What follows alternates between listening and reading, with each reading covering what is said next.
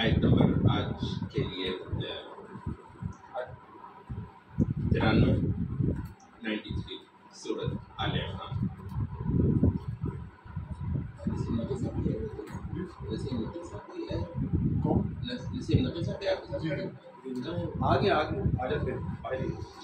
بسم اللہ الرحمن الرحیم، الحمد للہ رب العالمین، والصلاة والسلام علی اشرف الانبیاء والمرسلین نبینا محمد وآلہ وصحبہ اجمعین۔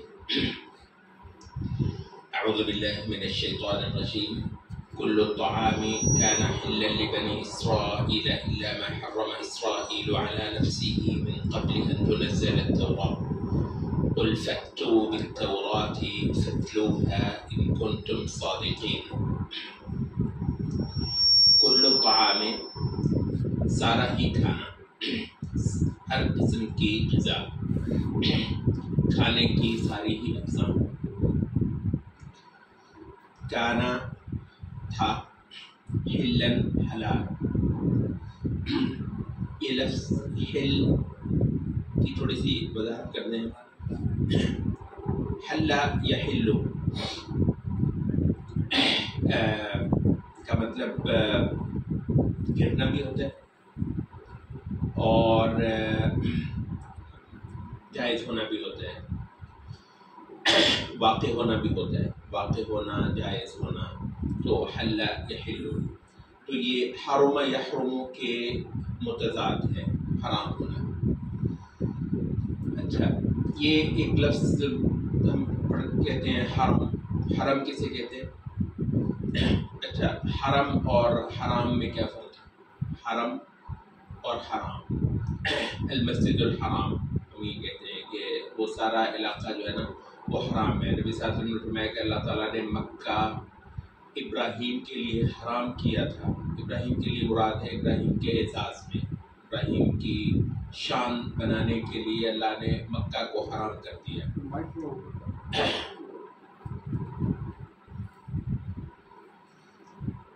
فرمایا میرے لیے اللہ تعالیٰ نے مدینہ کو حرام کر دیا۔ اب وہ حرام کس معنی میں ہے؟ ایک ہم بولتے ہیں کہ یہ چیز حرام ہے اور حرام چیزیں بہت بری ہوتی ہے، اللہ نے مدینہ کو حرام کر دیا، اس سے پہلے اللہ نے مکہ کو حرام کیا تھا۔ تو حرام کا مطلب حرمت والی۔ اچھا، یہ جو حرام ہم کہتے ہیں تو وہ کہتے ہیں کہ اس کی اللہ نے حرمت کی ہوئی ہے تو اس کو ہم حرام کہتے ہیں۔ اچھا، تو حرام اور حرم میں فرق کیا ہے کہ حرم اس حالت یا اس دائرے کو کہیں گے جس کے اندر حرمت ہے۔ اس وجہ سے ہم کہتے ہیں کہ یہ دائرہ، یہ حدود حرم کی ہیں، یہ حرم سے باہر آپ چلے گئے۔ اچھا، جو جہاں حرم کا دائرہ ختم ہوتا ہے، آپ کو پتا حرم کا دائرہ کتنا ہے ویسے؟ پورا مکہ۔ اچھا، عرفات اس میں نہیں آتا، آپ کو معلوم؟ عرفات جو ہے وہ حرم سے باہر ہے۔ اچھا، تو دوسری طرف جو حدیبیہ شروع ہوتا ہے جہاں سے نبی صلی اللہ علیہ وسلم حدیبیہ پر جا کر رک گئے تھے، تو اچھا تیسری طرف جو ہے وہ تنعیم ایک علاقہ ہے، وہ وہاں پہ مسجد عائشہ آپ نے سنی ہوگی کہ نبی صلی اللہ علیہ وسلم نے حضرت عائشہ کو کہا تھا کہ وہاں سے جا کر تم مکہ میں داخل ہو جاؤ اور عمرہ کر لو۔ اچھا، تو تنعیم جو ہے وہ بھی حرم کے دائرے سے باہر ہے۔ اب تنعیم جو ہے اگر آپ گئے ہیں تو آپ خاصا چلتے ہیں، کئی 15-20 منٹ آپ گاڑی پر چلتے ہیں تو آپ تنعیم پہنچتے ہیں۔ تو اتنا دائرہ جو ہے نا پورا مکہ کا۔ اچھا، یہاں پر ایک مسئلہ بھی بتاتے چلیں اور وہ بہت اہم ہے۔ یہ جو مسئلہ ہے کہ جی حرم مکہ میں یہ مسجد حرام جو ہے، مسجد حرام جو ہے وہ خاص جہاں پر آپ طواف وغیرہ کرتے ہیں وہاں تک محدود نہیں ہے، بلکہ پورے حرم کو مسجد حرام بھی کہتے ہیں۔ اس کی دلیل یہ ہے کہ اللہ تعالیٰ نے فرمایا سبحان الذی اسری بعبدہ لیلا من المسجد الحرام، کہ اللہ تعالیٰ نے اپنے بندے کو اسراء کروایا، رات کے سفر پر لے کر گیا مسجد حرام سے الی المسجد الاقصی، مسجد اقصی تک۔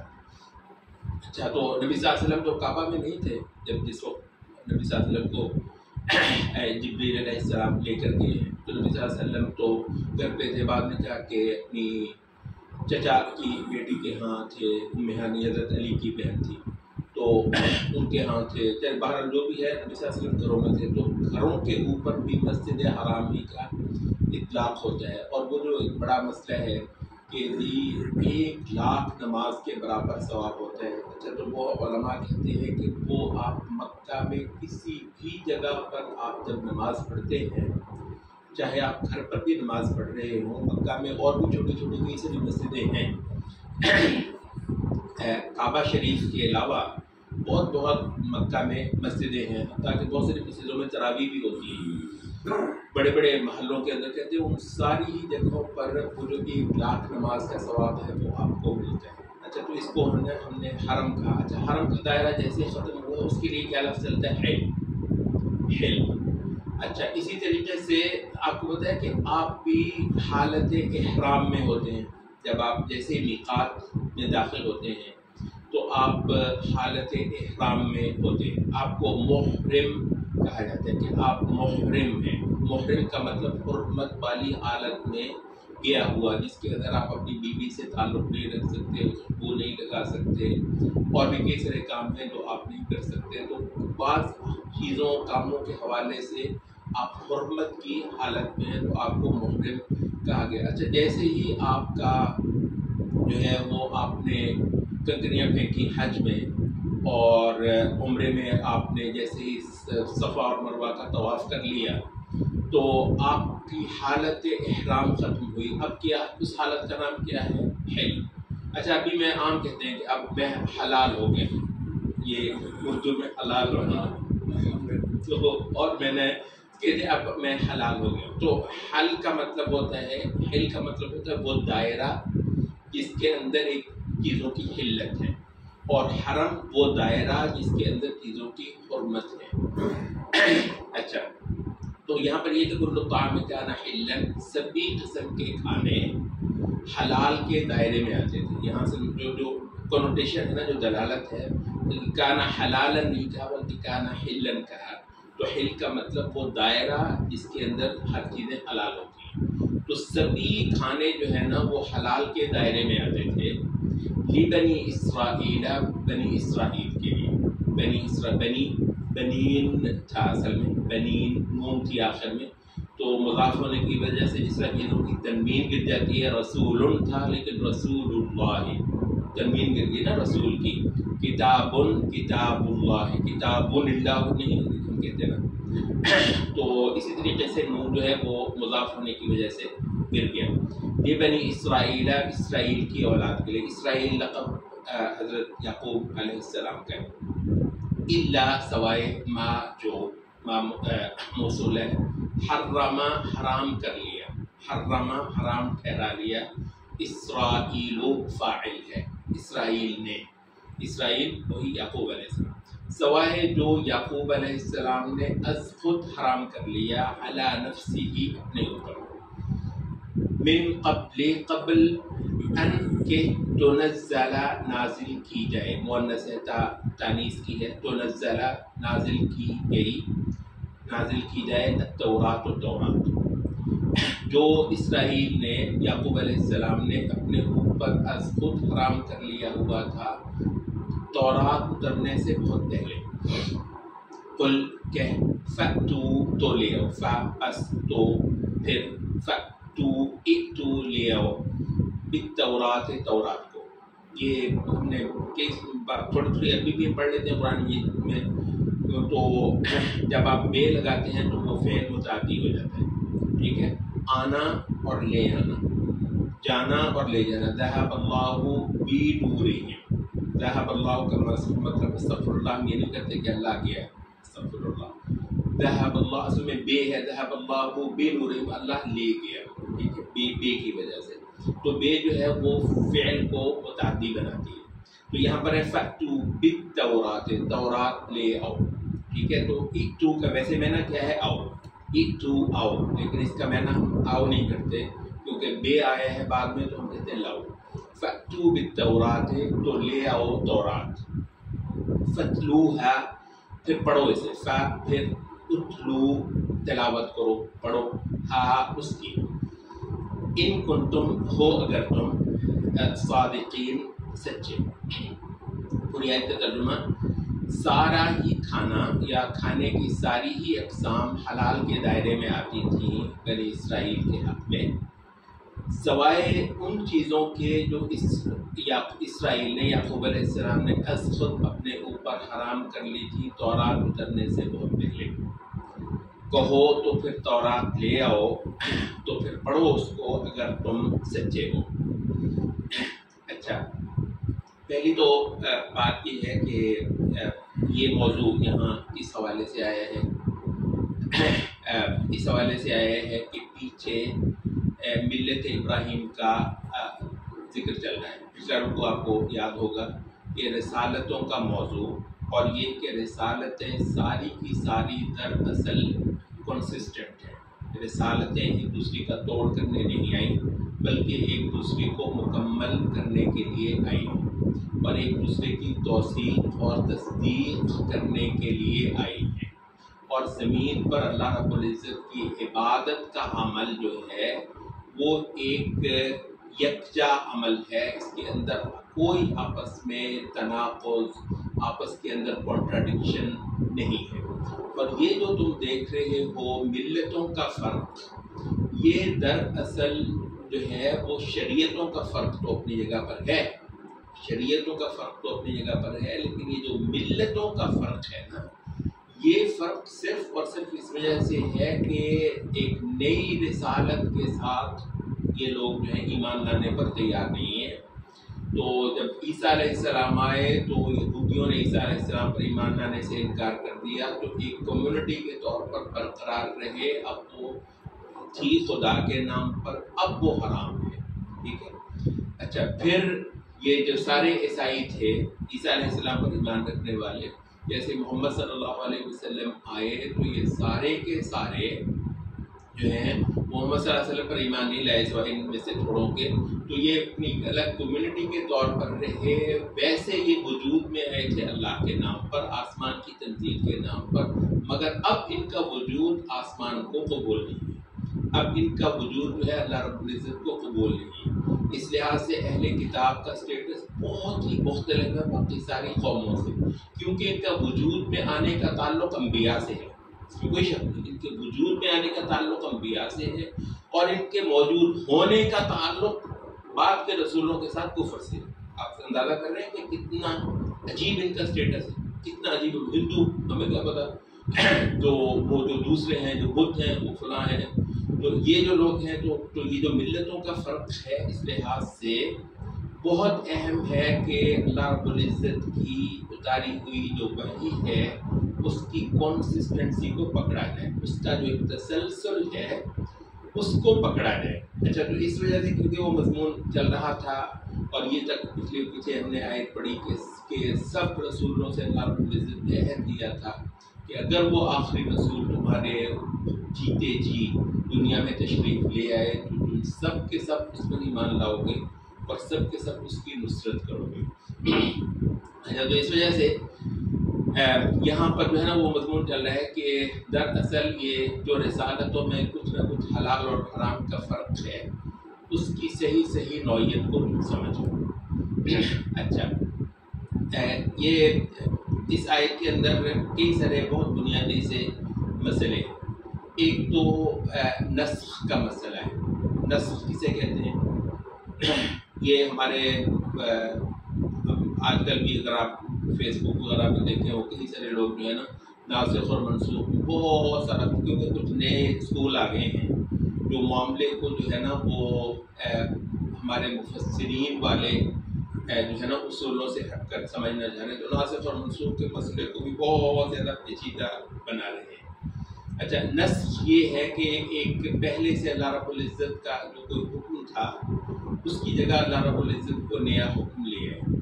اچھا، اس کا نوعیت اتنی مختلف ہو سکتی ہے کہ پوری ایک شریعت کو منسوخ کر کے اس کی جگہ بالکل ایک نئی شریعت لا دیں۔ یہ بھی نسخ ہے، یہ بھی ایک پورا نسخ ہے کہ اللہ رب العزت نے موسیٰ علیہ السلام کی پوری شریعت کو منسوخ کر دیا، اس کے بعد ایک نئی شریعت بھیج دی۔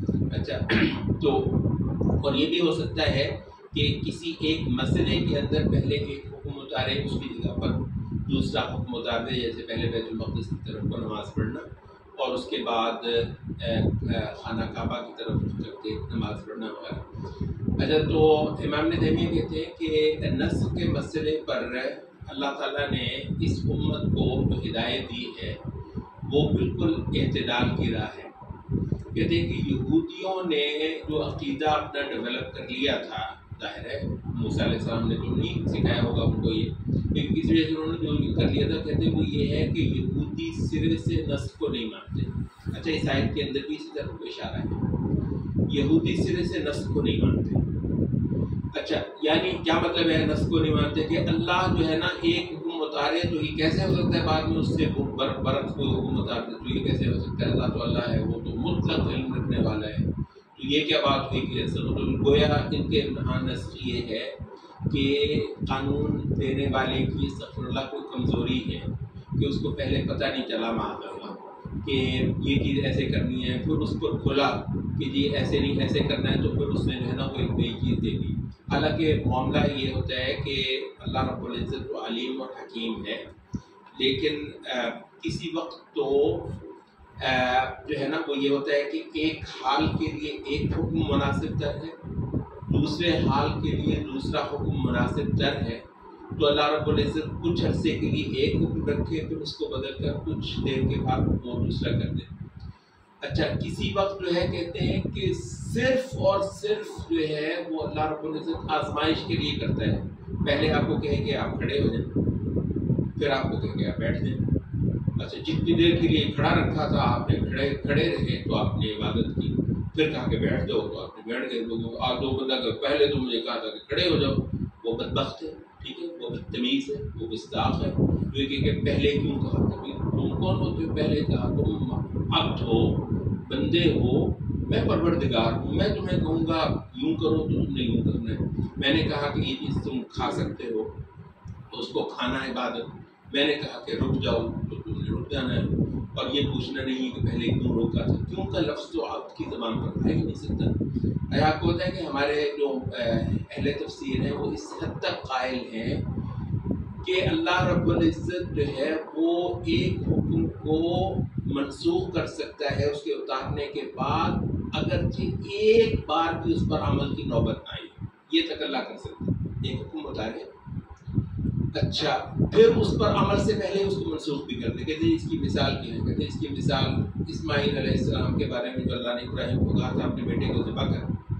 کہا تھا نہیں کہا تھا کہ اپنے بیٹے کو ذبح کر؟ اچھا تو یعنی اس پر ایک بار بھی تو عمل نہیں ہوا، جیسے ہی اس کی نوبت آئی اس حکم کو ہٹا کر جو ہے نا وہ اس کو کہہ دیا کہ اب اس کی جگہ بکرا ذبح کر دیں، یہ دمبا ذبح کر دیں، تو وہ دمبا جو ہے نا وہ ذبح ہو کر تو اس کو یہ منسوخ نسخ ہے نا کہ پہلے بیٹے کو ذبح کرنے کا حکم دیا، پھر اس پر عمل کی نوبت بھی نہیں آئی تھی کہ دمبے کو ذبح کرنے کا حکم دے دیا، وفدیناہ بذبح عظیم، اور اس کی بجائے یہ کر دے۔ اچھا تو وہ تو کہتے ہیں کہ یہ ہے عبدیت کہ اللہ رب العزت جتنی دیر کے لیے کو حکم دینا چاہے بندگانہ روش اختیار کرتے ہوئے اس پر آدمی عمل کرے، جیسے ہی اللہ اس سے روک دے۔ تو کہتے ہیں کہ نسخ کی ایک دوسری حکمت یہ ہے کہ اللہ رب العزت بندوں کی بندگی کو جانچ، بندگی کی آزمائش کرے۔ اچھا تو اس وجہ سے یہ ہوتا ہے، اور یہ مطلب ہوتا رہا ہے کہ بعض چیزیں جو نبی صلی اللہ علیہ وسلم کی شریعت میں ناسخ اور منسوخ سے تعلق رکھتی تھی اس پر بعض لوگوں نے خاصا شور مچایا، جیسے تحویل قبلہ کے اوپر بہت زیادہ بحث ہوئی، شور ہوا، اور اس کی وجہ یہی تھی کہ یہ لوگ جو ہے نا وہ اس پر سوال اٹھاتے ہیں کہ اللہ رب العزت نے پہلے یہ کیوں کیا تھا تو اب یہ کیوں کیا ہے۔ تو کہتے ہیں کہ تو اس میں جو دو ایکسٹریمز ہیں نسخ کے مسئلے پر، وہ یہ ہے کہ ایک طرف تو ہے یہودی جو سرے سے نسخ کو نہیں مانتے، وہ کہتے ہیں بس یہ ہو ہی نہیں سکتا کہ اللہ تعالیٰ ایک حکم اتارے دوسری، اچھا یعنی خود اللہ بھی نسخ نہیں کر سکتا معاذ اللہ۔ اچھا کہتے ہیں دوسری ایکسٹریم پتہ کیا ہے؟ دوسری ایکسٹریم ہے عیسائیوں کی۔ اچھا کہتے ہیں ان کے یہاں نسخ اتنا آسان ہے کہ اللہ ہی نہیں، اس کا رسول ہی نہیں، ان کے احبار و رہبان بھی نسخ کر سکتے ہیں۔ کہتے ہیں کہ یعنی کہتے ہیں اس وجہ سے یعنی اتنا آپ کو معلوم ہے کہ یعنی عیسیٰ علیہ السلام کی زندگی سور حرام تھا، مطلب آپ کی شریعت میں حرام تھا. ظاہر ہے جب عیسیٰ علیہ السلام اٹھا لیے گئے آسمان سے تو اس کے بعد وہ مائی کا لال ہے تو عیسیٰ علیہ السلام کی شریعت کو بدل دے، کوئی بھی نہیں بدل سکتا. اچھا ختنہ، آپ کو پتا ختنہ جو ہے وہ ابراہیم علیہ السلام کی شریعت میں چلا آتا ہے اور موسیٰ علیہ السلام کی شریعت میں رہا ہے. یہودیوں کا جو ہے وہ یہ ایک شعار رہا ہے کہ ختنہ کرنا ہے. عیسیٰ علیہ السلام جو ہے وہ بنی اسرائیل میں پیدا ہوئے ہیں. اچھا ختنے کی کا جو ہے شریعت کا حکم یہ باقی ہے. عیسائیوں کے ہاں ختم ہو گیا، آپ کو پتا ہے عیسائیوں کے ہاں ختنہ ختم ہو گیا. کیوں؟ اچھا میرا یہ خیال تھا کہ شاید اس کے اندر ہو سکتا ہے کہ جو ہے نا کوئی علمی وغیرہ ہو، جیسے ہمارے یہاں بعض حدیثیں ضعیف ہو جاتی ہیں، صحیح ہو جاتی ہیں، اس وجہ سے علماء جو ہے نا اس کے قائل ہوتے ہیں. تحقیق کا مسئلہ ہے، میرا پہلے یہ خیال تھا کہ شاید تحقیق کا مسئلہ ہوگا اور عیسیٰ علیہ السلام تک کسی وجہ سے ہو سکتا ہے روایت ان کے ہاں پایہ ثبوت کو نہ پہنچتی ہو، ختنے کا جو ہے نا وہ مشروع ہونا یا سور کا حرام ہونا وغیرہ. تو اچھا مطلب وہ یہی تھا. تو ایسے اتفاقاً ٹرین میں ایک بار امریکہ میں وہ ایک پادری میرے ساتھ آ بیٹھا تو گپ شپ اس کے ساتھ ہو گئی. تو میں نے کہا کہ میں تھوڑا سا کنفرم کرنا چاہ رہا ہوں کہ یہ جو ہے ختنے کا اور یہ جو ہے خنزیر کی حکومت کا مسئلہ یعنی آپ کے ہاں یہ ہے کہ آپ یہ سمجھتے ہیں کہ عیسیٰ علیہ السلام سے یہ مسئلہ ثابت نہیں ہے. نہیں کہتے ایسا نہیں ہے. عیسیٰ علیہ السلام کے زمانے میں تو ایسے ہی تھا. میں نے پھر کیا وہ کہتے ہیں پال نے وہ اس کو ختنے کو جو ہے نا وہ ویو کر دیا اور خنزیر کو اس نے حلال کر دیا. کہتے ہیں کہ اصل پاکیزگی دل کی پاکیزگی ہوتی ہے. یہ ویسے بائی دا وے یہاں پر بھی نا بات کہتے ہیں پردہ، دل کا پردہ ہوتا ہے. یہ پورا ایک فلسفہ ہے کہ جی یہ باطنیت جو ہے نا عیسائیوں نے اس پر بہت زور لگایا کہ یار یہ جو ظواہر میں اللہ کے احکام ہے نا یہ کوئی شے نہیں ہوتے. بس آپ کا دل اچھا ہے تو چاہیے. بس صوفیہ بھی اس کا بہت زیادہ کرتے ہیں جی دل صاف ہو تو پھر باقی جو مرضی گند کھاؤ تم، دل صاف رہے بس تمہارا. اچھا تو کہتا ہے کہ وہ پال نے کہا تھا کہ اصل پاکیزگی جو ہے نا وہ تو دل کی پاکیزگی ہے، تو سور کھانے سے کیا ہوتا ہے. تو اس وجہ سے یعنی پال نے حلال کر دی خنزیر کو، ان کے لیے پال نے حلال کر دی ہے. ختنے کو ان کے لیے پال نے ختم کر دیا. اور وجہ کیا تھی کہ اصل میں یہ رومن سے کہتے ہیں کہ عیسائیت کے ساتھ جو ہاتھ ہوا ہے وہ یہ نہیں ہے کہ رومن جو ہے وہ داخل عیسائیت ہوئے ہیں، بلکہ عیسائیت داخل رومنزم ہوئی ہے. کیونکہ عیسائیت کو جو ہے نا وہ مشرف رومنزم کیا گیا ہے کیونکہ وہ تگڑے تھے اور انہوں نے جو ہے نا وہ نیا عیسائیت کو قبول کیا تھا تو اپنی مرضی سے انہوں نے شریعت کے اندر تصرف کیا. دوبارہ تو ابن عزمی کہتے ہیں کہ عیسائیوں کے ہاں نسخ اتنا آسان ہے کہ اللہ اور اس کا رسول ہی نہیں ان کے پوپ اور پادری بھی جو ہے نا وہ کر سکتے ہیں. اور بائی دا وے اس کا بہت بڑا اشارہ نا دراصل اسی عیسائیت کی طرف ہے کہ اتخذوا احبارهم ورهبانهم اربابا من دون اللہ والمسیح ابن مریم، کہ انہوں نے احبار اور رہبان کو اللہ کے ماں سوا رب بنا لیا. وہ تو وہ مشہور حدیث ابن حاتم نے کہا کہ ان کو عبادت نہیں کرنے کے ظاہر فرمایا کہ حلال کو حرام، حرام کو حلال کر لیتے تھے. تو یہ مانتے نہیں تھے، یہ مانتے تھے کہ یہ جو ان کی عبادت ہے. تو کہتے ہیں یہ جو ہے نا دراصل اشارہ جو ہے وہ انہی عیسائیوں ہی کی طرف کو ہے زیادہ. اچھا ایک چیز جو ہے نا یہ جو اس کا حق ہے کہ جی ایک حلال کو حرام کر دے، حرام کو حلال کر دے، یہ آپ کو ہوتا ہے کہ آج تک برقرار ہے. میں بہت حیران ہوتا رہا جب تک مجھے یہ ان کا نا یہ اسٹیٹس معلوم نہیں تھا. عیسائیت میں جو پوپوں کا ایک اسٹیٹس رکھا ہوا ہے. اچھا یہ آپ بھی حیران ہو رہے ہوں گے کہ یہ پوپ صاحب جو ہیں یہ جو ویٹیکن کے ہیں یہ جب کہیں تشریف لے جاتے ہیں کسی وہ یہ آپ کو پتہ ہے یہ جنوبی امریکہ جو ہے نا ساؤتھ امریکہ کا پورا کانٹیننٹ کیتھولک ہے، نارتھ امریکہ تو پروٹیسٹنٹ ہے تو اس وجہ سے یہاں پہ تو ان کے زیادہ وہ نہیں ہوتا ہے، لیکن سارا وہ جو ہے نا یہ کیتھولک ہے. تو ادھر جاتے ہیں دنیا کے بعد اور ملکوں میں وہ جب جاتا ہے تو باہر جو ہے نا ایئرپورٹ سے باہر وہ پلے کارڈ اٹھا کر نا لوگ مظاہرے کر رہے ہوتے ہیں کہ یہ جو ہے نا مانے حمل چیزوں کو ہمارے لیے جائز کرو. اور پتہ نہیں مطلب کچھ اور بھی چیزیں ہیں تو ان کو بھی جو ہے نا وہ ہمارے لیے جائز کرو. آج کل تو استغفر اللہ یہ جو ایک چل رہا ہے یہ گیزم وغیرہ اس کی بھی ٹرانسجینڈر کو بھی یہ ٹرانسجینڈر وغیرہ اچھا یہ جو ہے نا کہ مطلب ہمارے لیے حلال کرو.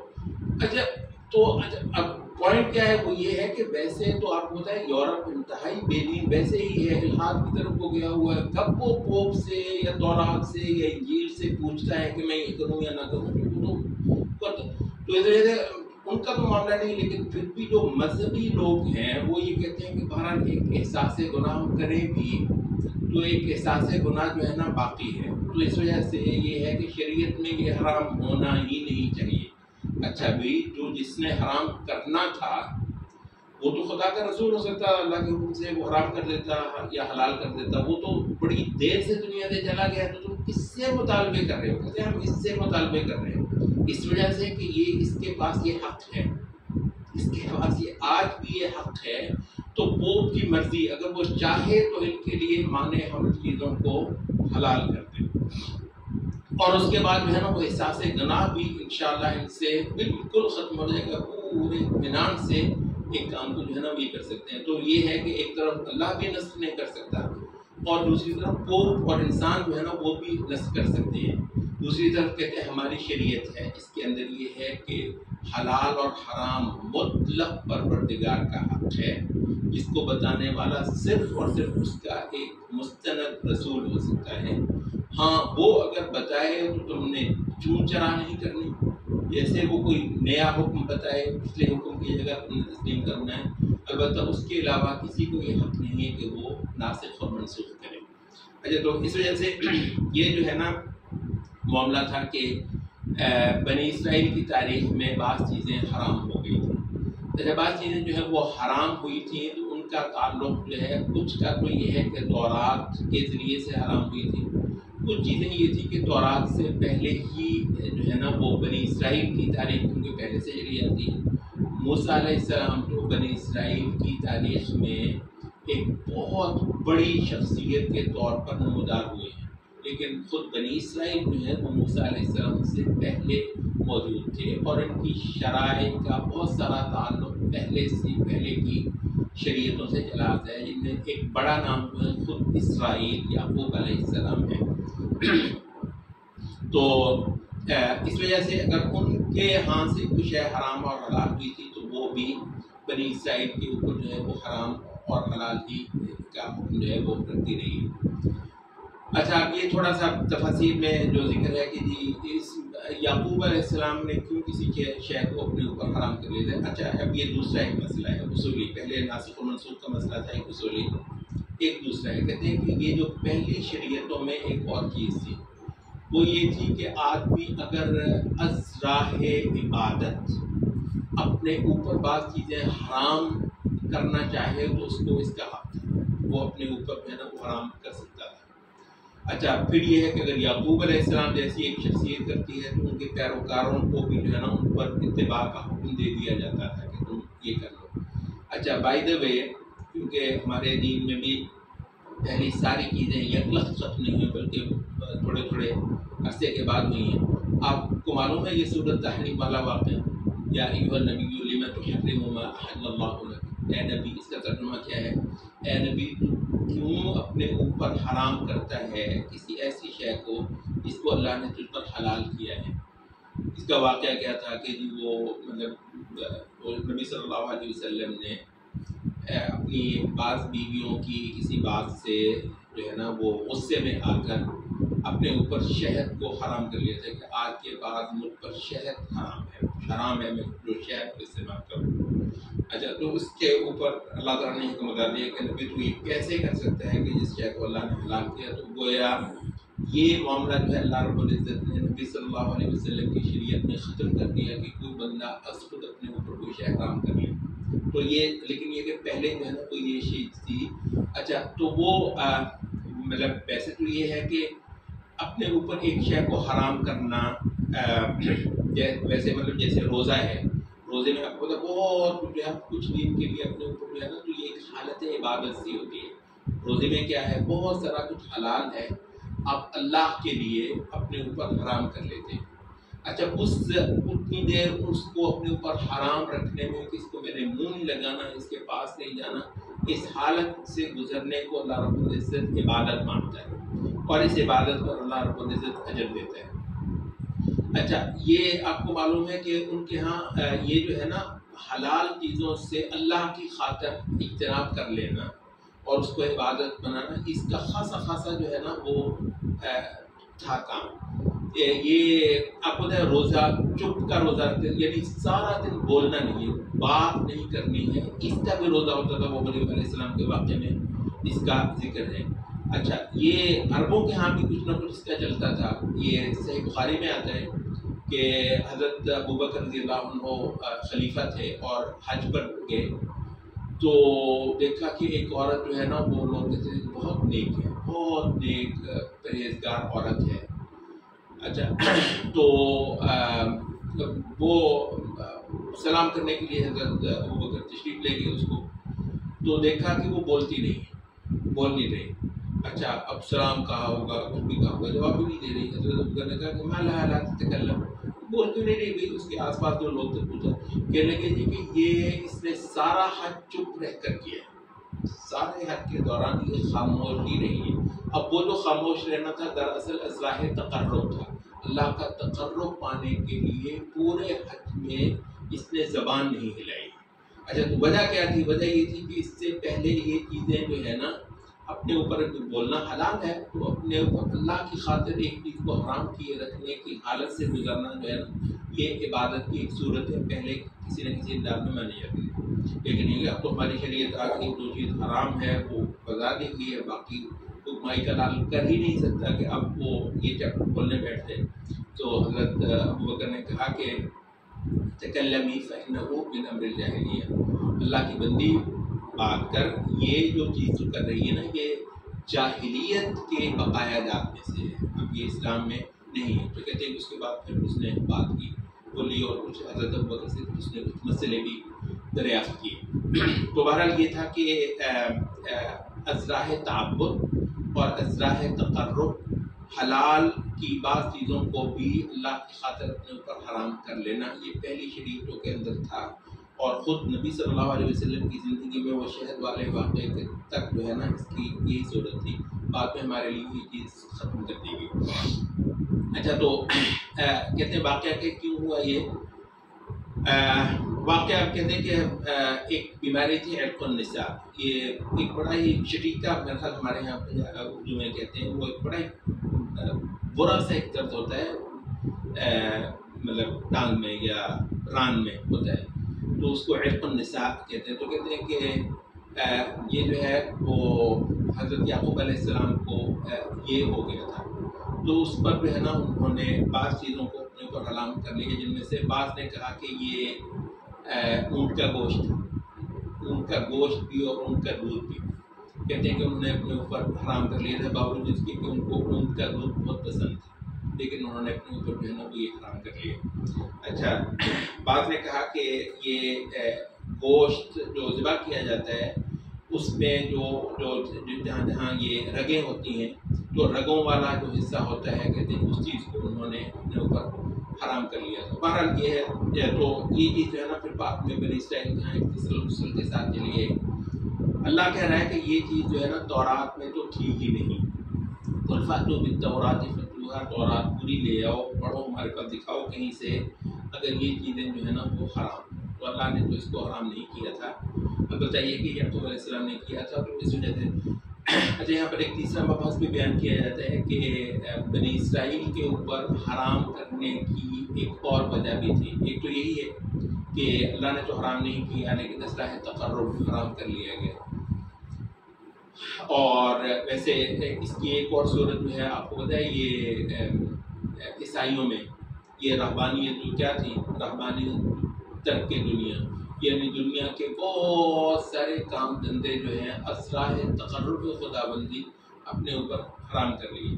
اچھا ہمارے حق میں تو اس کی گنجائش ہی نہیں، لیکن کہا کہ وہ رہبانیت ابتدعوها، انہوں نے رہبانیت کو اپنے پاس سے ہی گھڑ لیا تھا۔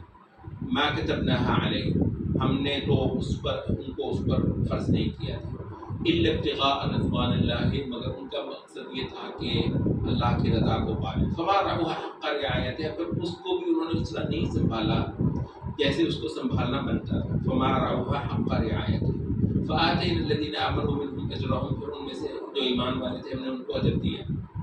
اس کا بھی معاملہ یہی ہے کہ دنیا کے بہت سارے کام دھندوں کو حرام کرنا ان کی وہ تھا کہ اللہ نے تو نہیں اتارا ہوا تھا، لیکن اس کی کچھ گنجائش ان کے اپنے لیے جو ہے نا وہ پڑی ہوئی تھی. حرام ہونے کی جو ایک اور صورت ہے وہ یہ ہے بنی اسرائیل کے اندر، وہ یہ کہ فَبِظُلْمٍ مِّنَ الَّذِينَ هَادُوا حَرَّمْنَا عَلَيْهِمْ طَيِّبَاتٍ أُحِلَّتْ لَهُمْ، کہ انہوں نے جو بہت ساری شرارتیں کی تھیں اور بہت ساری بدکاریاں کرتے تھے، بطور سزا بھی اللہ رب العزت بنی اسرائیل پر بہت کچھ حرام فرما دیتا تھا، اور پھر جب وہ حرام ہو گیا تو پھر وہ حرام ہی چلتا تھا. تو یہ چیز بھی جو ہے نا ایک حرام کی وجہ بنتی رہی ہے. بہرحال یہ جو ہے اصل میں مضمون کیا ہے؟ اصل میں یہ ہے کہ ملت ابراہیم جو ہے وہ البتہ موسیٰ علیہ السلام سے بھی پہلے ہے، وہ حتیٰ کہ یعقوب علیہ السلام سے بھی پہلے ہے. دین اسلام کے اندر جو بنیادی محرمات ہیں یہ وہ ہیں جو ہمیشہ سے ہی شرائع کے اندر حرام چلے آئے ہیں. اور وہ کیا ہے؟ تو مفسرین نے کہا کہ مردار کسی شریعت میں حلال ہے. مردار حرمت علیکم المیتۃ والدم ولحم الخنزیر، کہتے ہیں لحم خنزیر جو ہے یہ کسی شریعت میں حرام نہیں رہا، اور مردار کسی شریعت میں حرام نہیں رہا. تو یہ جو بنیادی محرمات ہیں دین اسلام کے، یہ عین وہی ہیں جس پر ملت ابراہیم قائم رہی، اور ملت ابراہیم جو ہے وہ پچھلی ساری رسالتوں کا اصل تسلسل ہے. تو یہ جو یہودیت وغیرہ ہے نا، یہ اس کا ایک چھوٹا سا چیپٹر ہے. ایک بڑا جو ایک تاریخی عمل ہے وہ اصل میں ابراہیم کے طریقے پر اللہ رب العزت کی عبادت کرنا ہے، جس کو ملت ابراہیم کہتے ہیں. اس وجہ سے اگلی آیتیں آ رہی ہیں، تو تھوڑا سا ٹائم باقی ہے تو کیونکہ مضمون ایک ہی ہے تو اگلی دو آیتیں ہم پڑھ لیتے ہیں.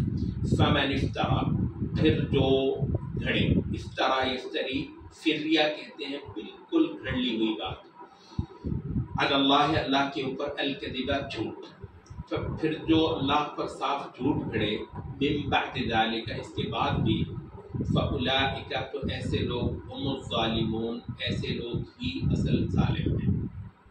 قل فرما، صدق اللہ اللہ کی بات سچ ہے، صدق اللہ اللہ نے سچ کہا، مراد ہے اللہ سچا ہے، اللہ کی بات سچ ہے. فاتبعوا تو پھر اتباع کرو، ملت ابراہیم ابراہیم کی ملت کی، حنیفاً جو حنیف تھا، ابراہیم حنیف کی، حنیف جو یکسو تھا دنیا کے تمام باطل معبودوں سے ناتا توڑ کر، اور دنیا کے سارے ہی باطل شریعتوں سے منہ موڑ کر اللہ کی طرف کو یکسو یک رخ تھا. وما کانا اور نہ تھا وہ من المشرکین مشرکوں سے. اچھا یہ جو ہے وما کانا من المشرکین، اس کا لفظی ترجمہ تو یہی ہے کہ ابراہیم مشرکوں میں سے نہ تھا، لیکن بسا اوقات جو ہے نا وہ لفظی ترجمے میں پورا مضمون آتا نہیں ہے. دراصل کسی چیز کا نا ایک اسلوب ہوتا ہے، یہ جو ہے نا کہ وہ مشرک یہ ہے اظہار برات، وما کان من المشرکین. امام ابن تیمیہ کہتے ہیں کہ یہ عربی میں یہ جو ہے نا یہ من جو ہے نا اس سے ہونا، یہ دراصل محبت اور یا بیزاری کے لیے بولا جاتا ہے. نبی صلی اللہ علیہ وسلم نے حضرت علی سے کہا تھا کہ انا منک و انت منی، میں تم سے ہوں تو مجھ سے ہے. مراد کیا ہے؟ کہتے ہیں یہ ہے مراد یہ اظہار محبت، اظہار نصرت، اپنائیت. کہتے ہیں کہ اس وجہ سے جب اس کی نفی کی جائے لست منہ، یہ ہو جائے نا کہ ان الذین فرقوا دینہم وکانوا شیعا، جن لوگوں نے اپنا دین ٹوٹے ٹوٹے کر لیا، فرقے فرقے کر لیا، ٹکڑے ٹکڑے کر لیا، ان الذین فرقوا دینہم وکانوا شیعا، اور وہ ٹولے ہو گئے، لست منہم فی شیء.